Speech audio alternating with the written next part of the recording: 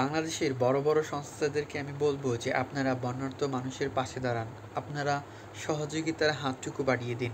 দেখুন, বাংলাদেশের মানুষ এত ভালোবাসার সম্মান সব কিছু দিতে জানে। তারা নিজেদের অবস্থান থেকে শ্রদ্ধাটুকু করতে পারে, স্নেহ মায়া মমতা সব কিছু করতে তারা সদা প্রস্তুত।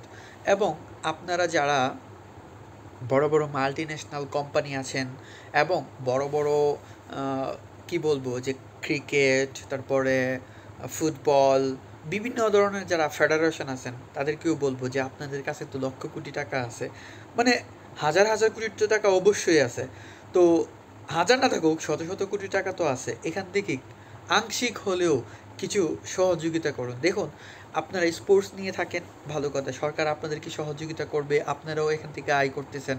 আর কেমন যে আয় করেন সেটা আমরা তো জানি, আর কেমন খরচ করেন। যেমনটা না বাংলাদেশের ক্রিকেট, ফুটবল, অন্যান্য যে স্পোর্টস সবাই যেমন খেলা করে বাংলাদেশের মুখ উজ্জ্বল করার চেষ্টা করে, তারা কিন্তু ব্যয় করে, ঠিক তদ্রূপভাবেই আমাদের বাংলাদেশের সাধারণ মানুষজনও কিন্তু আমাদের অর্থনীতিতে বিরাট ভূমিকা পালন করে।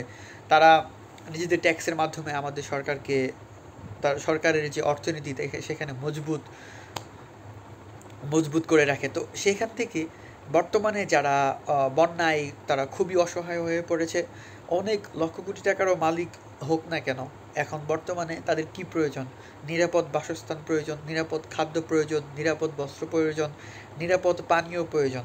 তারপরে এখানে দেখা যাইতেছে যে তারা নিরাপদ খাবারটুকু পাওয়াটা খুবই মুশকিল।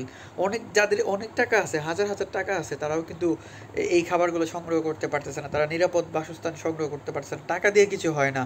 সুতরাং আপনারা আপনাদের নিজ নিজ অবস্থান থেকে একটু সহযোগিতা করুন। দেখুন, অনেকে হেলিকপ্টার আছে, হেলিকপ্টারের মাধ্যমে অনেকে খাবার দিতেছেন, আর এক জায়গাতে দিতেছেন, অনেকেই হাত নাড়তেছে। আমি অনেকগুলো ভিডিও দেখেছি যে তারা হেল্প সে কিছু কাগজে লিখে বলতেছে যে আমরা এখানে আছি, আমাদেরকে সহযোগিতা করুন। কিন্তু হেলিকপ্টার তো আর দেখে নাই, কারণ তারা উপর থেকে তো সব কিছু আর দেখতে পারবে না।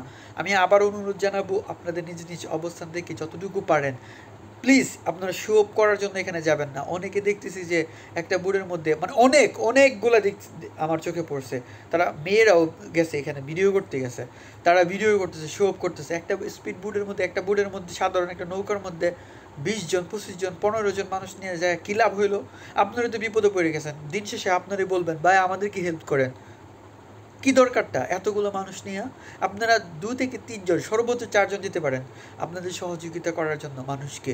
কিন্তু আপনারা এতগুলো মানুষ গিয়ে আপনারা কাদেরকে সহযোগিতা করবেন? উল্টা তো আপনাদেরকে রেস্কিউ টিম আপনাদেরকে সহযোগিতা করতে, আপনারা তো 999 কল দিয়ে বলবেন যে আমরা তো এই জায়গাতে আটকে রয়েছি, আপনাদেরকে সহযোগিতা করেন। কি দরকার এতগুলো মানুষ যায়?